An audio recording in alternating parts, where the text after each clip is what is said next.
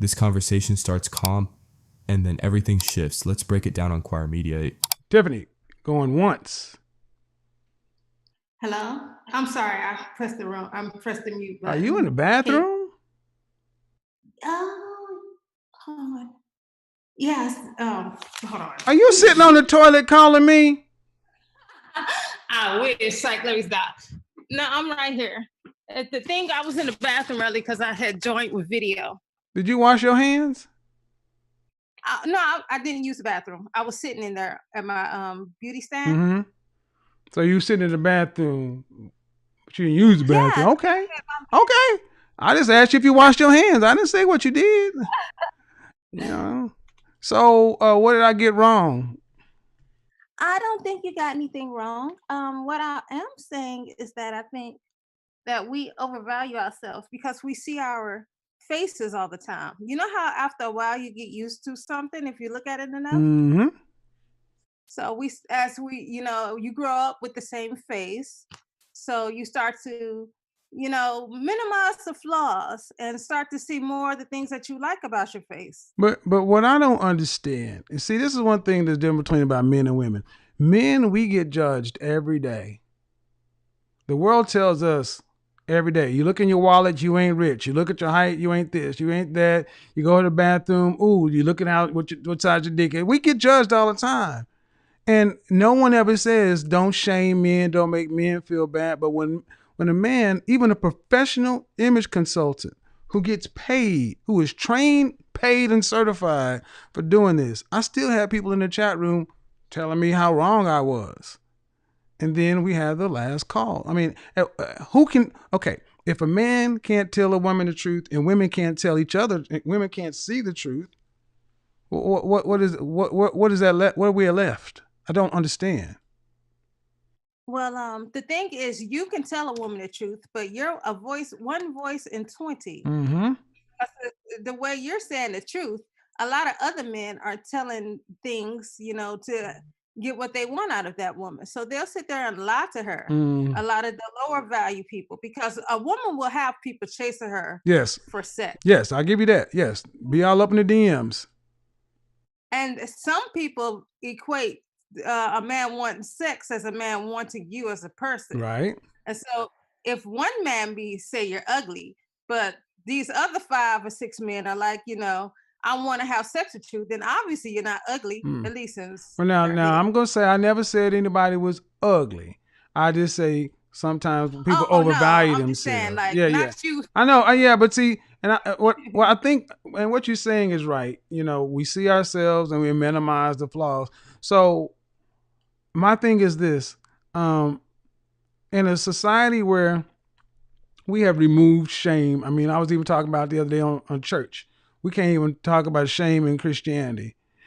But women, no matter how society has sanitized or neutered the message the average woman gets, men are still making decisions based upon that truth. You understand what I'm saying? How do we get women to understand that this is why you're not getting what you want? Regardless of what people say, men still look at this. And if you don't do something with this, you're never going to get the outcome you want. How do we get that done?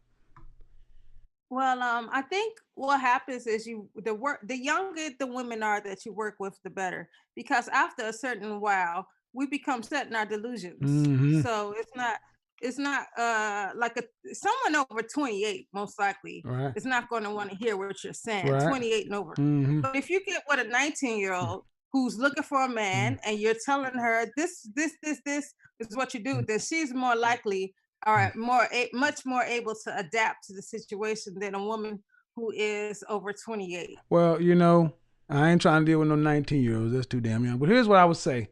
I would say that I would hope that women can start being more honest with each other. If nothing else, in particular, let's just talk about black women. I would hope black women could start being more honest because the weight issue is so big.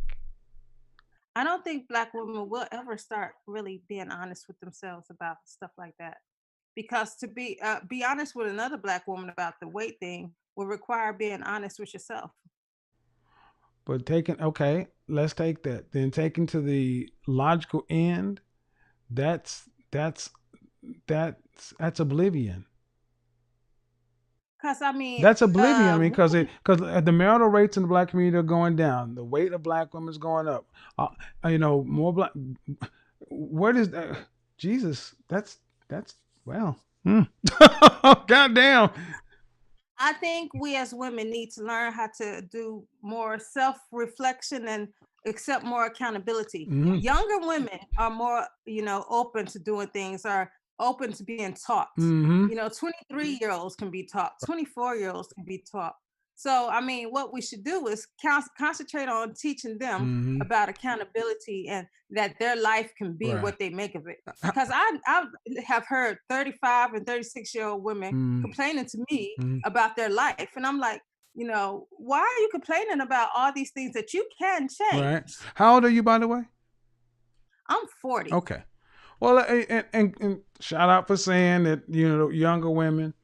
But you know where I started getting the most heat on YouTube is when I actually mentioned that I prefer to date women under 35. I started catching all kind of hell from women because that accountability, that truth, that thing. I think a lot of women in that age range, Generation X especially, realize that for whatever reason, individually, maybe you're too far gone, and no one wants to feel like this is going to be it for them, dying alone. But yet, women not wanting to do that work. So, appreciate you saying the things you said. Maybe a woman can hear it coming from you versus me, but I think women that are older got such flack about that when you said it. It's because women love to have first right of refusal. Mm-hmm. Well, I appreciate it, sis. I'm gonna get up off here. I've been going for 2 hours. That was 2 hours too long, but I think this was a pretty good show. Appreciate it. This caller right here, she's calm, polite, self-aware, at least on the surface. And what makes this conversation powerful is that she actually says something most people avoid. Women can overvalue themselves because they see their own reflection every single day. That's deep. When you look at yourself long enough, you stop seeing flaws. You normalize your habits. You normalize your weight. You normalize your attitude. And eventually, your internal rating doesn't match your external results. And that's where Kevin Samuels presses the issue. He points out something uncomfortable. Men are judged constantly. Income, height, status, performance. No one says, stop shaming men. But the moment a man gives a woman an objective assessment, it becomes disrespect. Now here's where it gets real. She admits younger women are more teachable. She basically says once women pass a certain age, many become set in their delusions. That's not Kevin saying it. That's a 40-year-old woman saying it. But here's the part that stood out to me. She talks about accountability.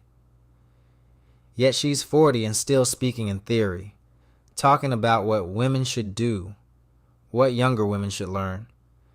But where's the personal inventory? That's the pattern. We'll critique the culture. We'll critique men. We'll critique other women. But rarely do we say, here's what I miscalculated. And Kevin's bigger question was simple. If women won't be honest with each other and they won't accept honesty from men, how does anything improve? Because outcomes don't care about feelings. If marriage rates are declining, if expectations are rising, if reality isn't matching desire, at some point the mirror has to become honest again. The caller wasn't crazy. She wasn't combative. She was reflective. But reflection without correction still leads to the same destination. And that's the real takeaway. Self-awareness isn't just admitting the problem exists. It's adjusting your behavior before the results become permanent.